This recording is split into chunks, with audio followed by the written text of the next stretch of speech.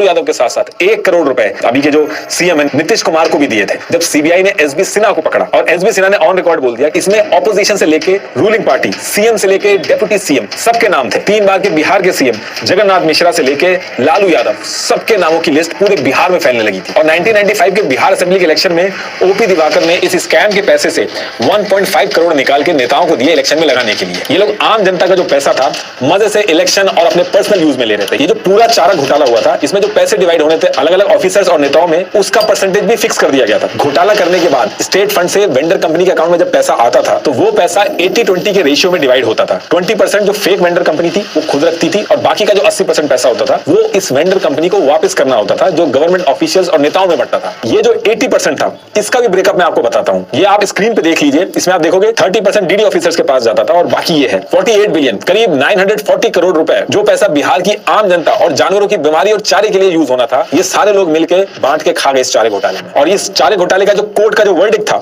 वो 17 साल बाद 30 सितंबर 2013 को आया था, जिसमें लालू यादव को 5 साल की सजा होती है और 25 लाख का फाइन लगता है और लालू यादव को 11 साल तक के लिए मेंबर ऑफ पार्लियामेंट बनने से डिस्क्वालीफाई होना पड़ता है। आज की डेट में भी Lalu Yadav member of parliament नहीं बन सकते। ये जो पूरा चारा घोटाला का जो केस चला, इसमें कई सारे ऐसे लोग थे जिनकी सस्पिशियस कंडीशन में जान चली गई, जैसे एएचडी सप्लायर हरीश खंडेलवाल, इनकी बॉडी रेल ट्रैक पे मिली थी, मैंने पहले ही बताया था आपको। एनिमल हस्बेंड्री के रीजनल डायरेक्टर AK टूडो पटना की जेल में अपने वार्ड में डेड मिले। फॉर्मर बिहार मिनिस्टर भोलाराम तूफानी अपने आप को ही चाकू से इंजर्ड करके डेड मिले।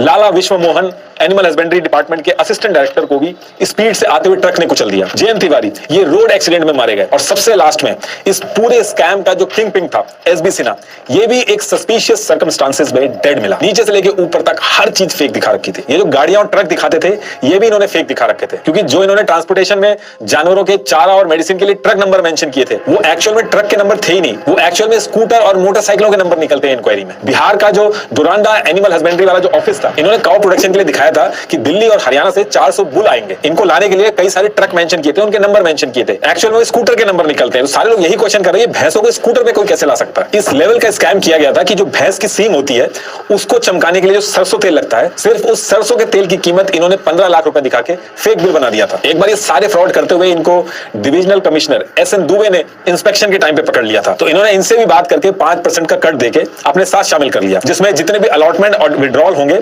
उन सारे ट्रांजैक्शन पे 5% का जो कमीशन था इनके लिए फिक्स